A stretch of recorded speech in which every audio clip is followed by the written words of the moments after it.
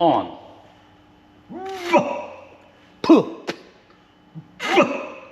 That's what it's supposed to do. All right, that should take care of our large leak detected code. Good afternoon, everyone. Welcome back to HR Repair. This is Hey Ray. Welcome back to the channel. Tonight, this afternoon, we're working on this Ford Edge. It is a 2011 model, and if you recognize this thing, that's good because you watched my video from the last time on this thing where we had a problem with the thing making a jerking and the brake pedal fluctuating when you turn to the left. We fixed that in the previous video. If you didn't watch that, I'll link that one down in the description below. You can go back and watch that if you want. If you don't, you don't have to, but it sure would be nice if you would. Anyway, on this one here, we now have a code that we're gonna repair, and that is a P0455 code, evaporative emission system leak detected, large leak. Now, I don't know that the customer has done anything to this thing, but if you know anything about the evap system, it is due to the evap system will pull the fumes off of the tank and reburn them into the engine. So somewhere in that system we have a leak. Are we going to fix it? Not 100% sure. Depends on how much it's going to cost. The customer said he wants to know before we fix it, which is why we always do it. We always let him know before we fix it, so he can tell us yes or no. All right, stay tuned. We'll see what we can get figured out. Contact.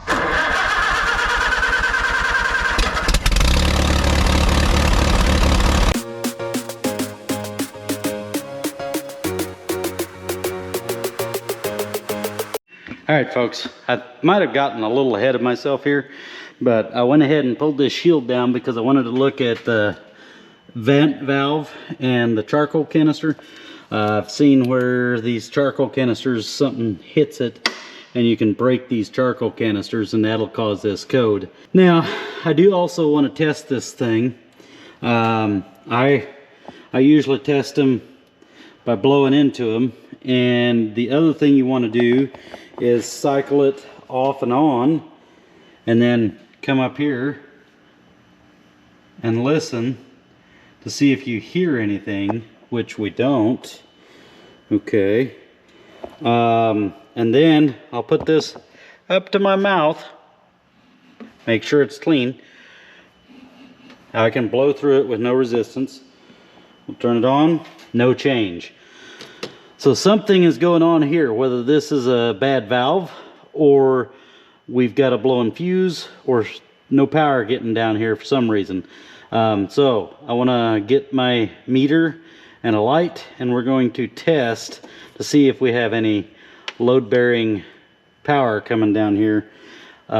If we have power coming down here when we cycle it here, this thing should close. So if it doesn't, if we can't get this thing to work, this is going to be our problem. So basically what these things are supposed to do is close up, and the tank will go under a vacuum, because at the same time this closes, your purge valve opens and it will create a vacuum in the tank and test it. So this thing, when this thing doesn't close and it expects to get a vacuum, then this will throw a P0455 because there is a large leak, which is going to be in this right here. Whether this is bad or whether we have no voltage coming down here, one of the two. So let's get set up and I'll bring you back and we'll test this voltage. All right, so got my light hooked in here. We're going to check it. We flipped it on, nothing. On, nothing. Okay, does my light work? Let me get my meter and let's just see if we have any kind of voltage coming down here.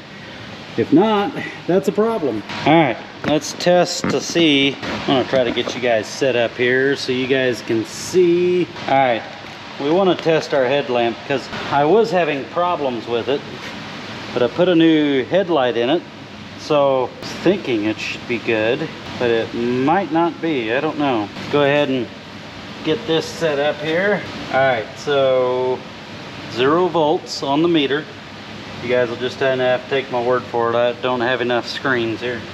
Now let's turn this on, and we have enough to pull this. So I suspect we might actually have a bad headlight here, headlight bulb or something.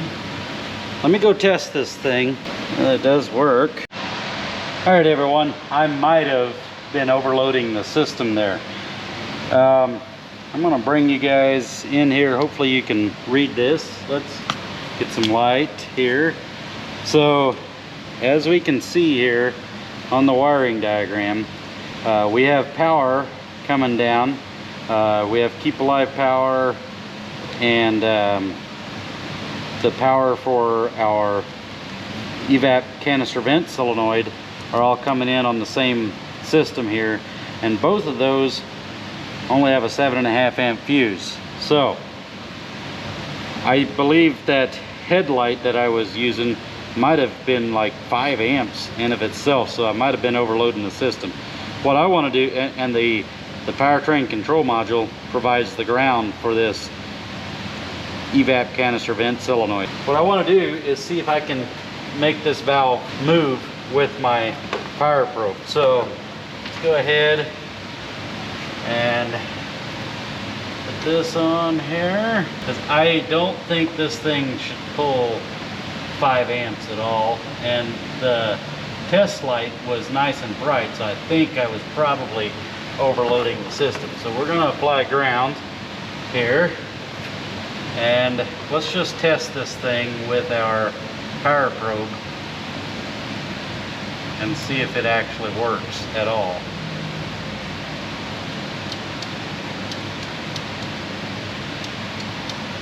I don't think so. Let's switch this around and see if it's, make sure I don't have it on backwards.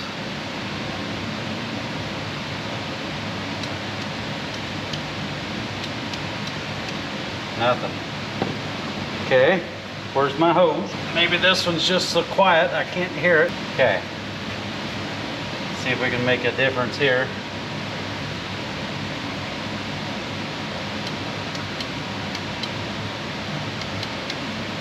Yeah, there's nothing. All right, we do have a bad vent solenoid. Whether we have a wiring problem on top of that, I don't know, but we do have a confirmed faulty vent solenoid, so we have to change that before we do any more testing, because like I said, that headlight might have been overloading our system. So we're not going to worry too much about that for now. We'll get a new one of these coming, and then we'll well, I'll let the customer know and let him decide that, but we're going to get a new one of these coming. We'll test it, make sure it's working. If it's not working, then we'll have to go with the wiring. But I think it's probably just going to be this vent solenoid. Okay, we've got our new one put on. Actually, I think I want this disconnected for now.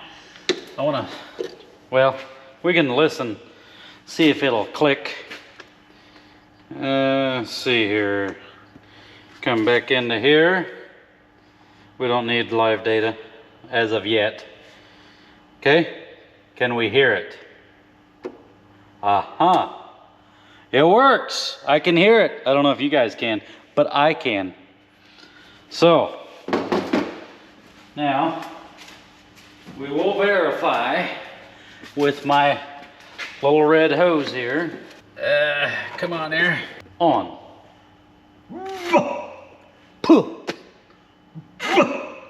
That's what it's supposed to do. All right.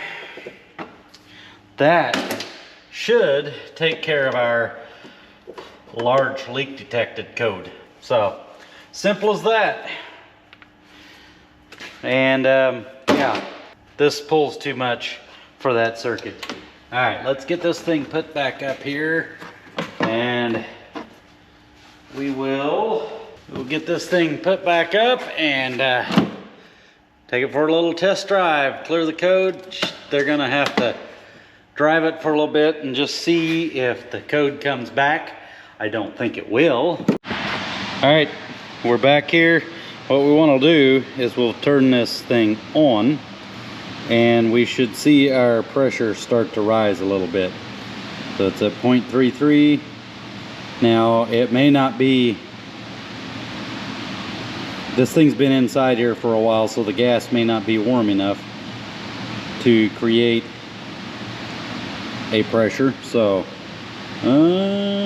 yeah, we're not seeing any difference there. Okay, so that one's not going to work. I'm going to pull it outside and we'll check it outside and see if we have any difference, but probably not, because it's warmer outside than it is in here, so I don't think that's going to work either. We should be able to run it and cycle the purge valve and it should go into a vacuum, so we'll try that. Okay, well, let's see here what we can do. 0.018 inches of H2O will increase our duty cycle on the purge valve. Yep, we're bringing it down into a vacuum. All right, well, it's better than it was. So this I'm going to call a confirm fix. We're going to clear the code and we'll get to get this thing back to the customer. He'll have to drive it for a while, make sure that there's not still a small leak somewhere, but I think this should take care of it. All right, I want to thank you guys for watching. Thank you for being here, and as always, I'd like to wish you guys a very wonderful day, and don't forget to like, share, and subscribe to the channel. We'll catch you on the next one. Bye.